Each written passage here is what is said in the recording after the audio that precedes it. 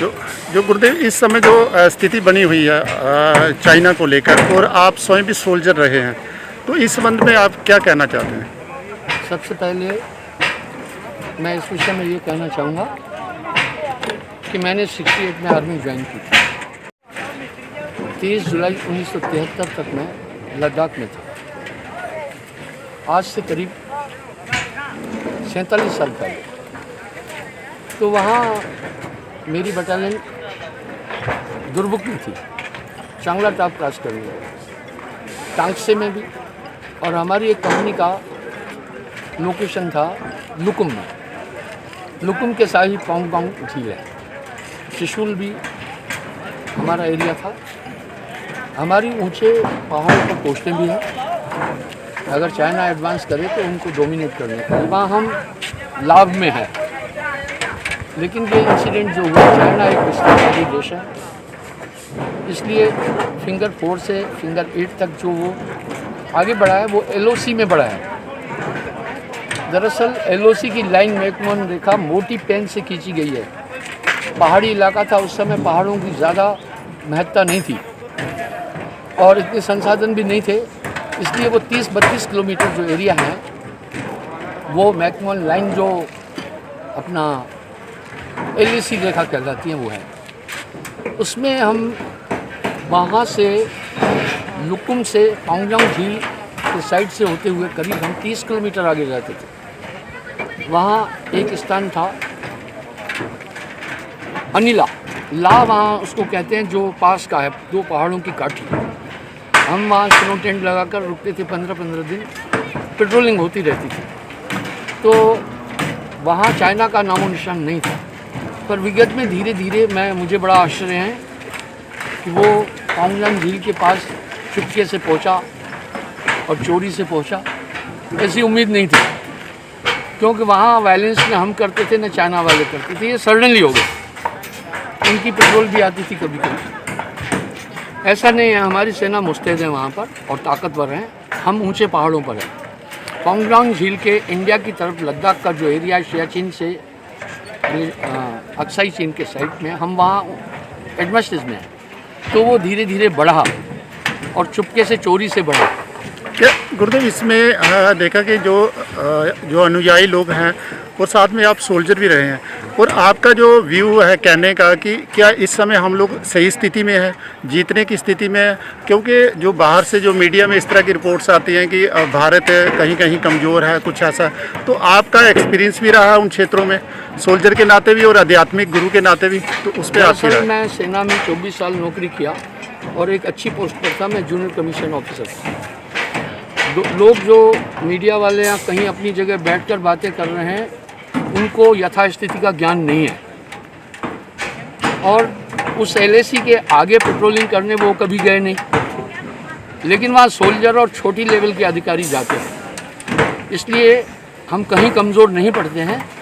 ये धोखे से आगे बढ़ा है, क्योंकि जब LOC में दोनों का इंटरफेरेंस नहीं था तो हम लोग ये सोच के बैठे कभी कभी पेट्रोल जाती रही होगी, डिसकनेक्टिंग थोड़ा हुआ, वो चोरी से चुपके से बढ़ के आ गया। और उनका धंधा ये है, चाइना विस्तारवादी है। लेकिन चाइना को ये अच्छी तरह से पता है कि भारत वहाँ स्ट्रांग है, लेकिन वो थोड़ा सा आगे बढ़कर पक्के जो बनकर बना है वो थोड़ा सा उचित नहीं हुआ है, लेकिन उसका भी हल है। पर जो ये कह रहे हैं कि हम कहीं वीक पड़ रहे हैं, तो ये उनकी भूल है। अभी भारत 1962 वाला नहीं है। मैं आपको बताता हूँ, 71 में जब हम चाइना में थे तो हमारे पास स्नो वस्त्र भी उतने नहीं थे, तब भी हम डटे हुए थे। रास्ते नहीं थे, तब भी डटे हुए थे।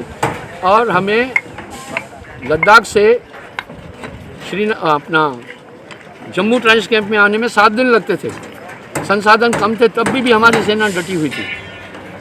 पर ये एक ऐसी घटना हुई कि उम्मीद नहीं थी कि वो इस तरह से करेगा, क्योंकि बीच के 30-32 साल में उसने कोई हरकत ही नहीं की थी चाइना वार के बाद में 50 साल तक। तो अभी जो ये कह रहे हैं हम कहीं कमज़ोर पड़ रहे हैं, दरअसल उन्हें यथास्थिति का पता नहीं है। अब हमारी वहाँ सड़कें बन चुकी है, त्रिशूल में हमारा एयरपोर्ट है, बाकी सब चीज़ें हैं, सब संसाधन है, हमारे पास अच्छी वेपन्स हैं, अच्छे एयर अटैक के साधन है। 62 के ऑपरेशन में एयर अटैक किया ही नहीं था हमारी तरफ से। तो अभी हम सक्षम हैं। ऐसी अफवाहें जो उड़ रही हैं ये गलत हैं। भारतीय सेना ग्राउंड की वर्ल्ड की सबसे बड़ी ताकतवर सेना है। इस समय अगर गुरुदेव देखा जाए तो कोविड का जो सबसे बड़ा जो एक डर है, एक खौफ है, क्या आप कोई इसमें अपील करना चाहें? हमने देखा कि आपकी अपील जो होती है वो दूर तक जाती है। आपने पिछले दिनों कहा था कोविड के लिए कि हींग का इस्तेमाल करना चाहिए, और हमने देखा कि सब जगह पर लोग इसका इस्तेमाल भी करने लगे। तो आप इसमें कोई स्पेशल अपील करना चाहेंगे? मैं कोविड-19 के लिए, कोरोना वायरस के लिए पब्लिक को एक रिक्वेस्ट करना चाहूँगा कि इससे बचना है। मैं ये स्टेटमेंट पहले दे चुका हूँ कि कोरोना वायरस की फाइटिंग नॉर्मल नहीं है। आप देखिए, सार्स आया और जापान से एक बीमारी आई इंसेफ्लाइटिस, मस्तिष्क ज्वर, वो आज तक भी भारत में है। इसलिए ये लंबी लड़ाई है।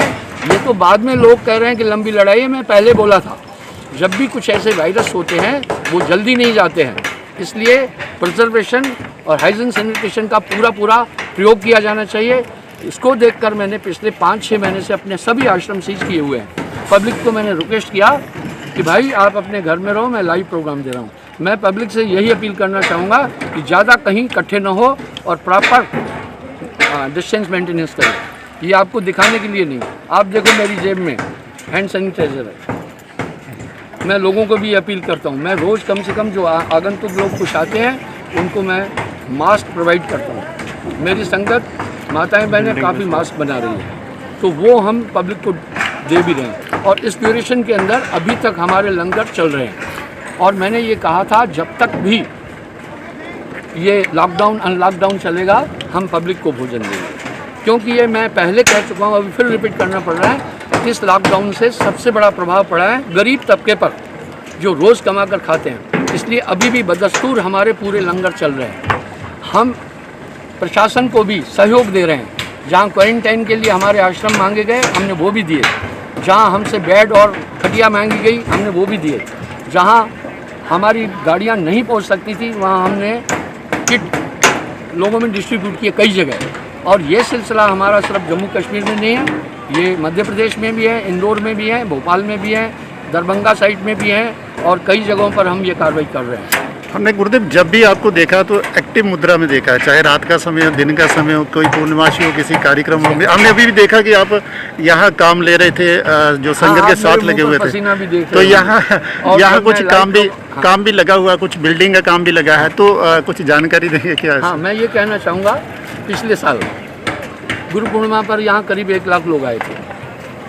तो आप देख रहे हैं सामने बड़ा विशाल आश्रम है, तो यहाँ थोड़ी जगह कम पड़ गई, तो कुछ विदेशों से भी लोग आ रहे हैं, फ्रांस से आ रहे हैं, जर्मन से आ रहे हैं, हम अमेरिका में भी रजिस्टर्ड है हमारी संस्था, और हमारा आश्रम ब्रिटेन में भी हम वहाँ जा रहे हैं, यूरोप में पूरा घूम रहे हैं, तो लोग वहाँ से भी आते थे। तो एकोमोडेशन थोड़ा कम हुआ, इसलिए हमने क्या किया, ये कार्य शुरू किया। मैंने कहा अभी मैं थोड़ा बाहर विजिट नहीं कर रहा हूँ, तो लॉकडाउन के ड्यूरेशन में हमने यहाँ ये कंस्ट्रक्शन शुरू किया। तो इस तरह मुझे एक्टिव रहना पड़ता है। इसके साथ साथ तो क्या करना पड़ता है, पब्लिक को मोडिफाइड करना पड़ता है। 10,000 लोगों का हम भोजन एक टाइम पर दे रहे थे। आप कल्पना कर सकते हैं कि घर में 2-4 मेहमान आते हैं तो आदमी की हालत ख़राब हो जाती है। तो 10,000 आदमी के भोजन के लिए सब्जियां काटना, भोजन बनाना, लकड़ियों का इस्तेमाल करना, राशन का इंतज़ाम करना, पूरी व्यवस्था करना। मैक्सिमम मेरे जो ट्रस्टी हैं बेचारे बूढ़े हो चुके हैं। हमारी संस्था स्टेट भी है, तो वो काफ़ी बुज़ुर्ग हो चुके हैं। वैसे मेरी भी उम्र 71 हो चुकी है, लेकिन मैं चलता रहता हूँ प्रभु के नाम से। तो यहाँ मुझे एक्टिव होकर के पूरा काम करना है। आपने समय दिया, इसके लिए आपका बहुत बहुत धन्यवाद।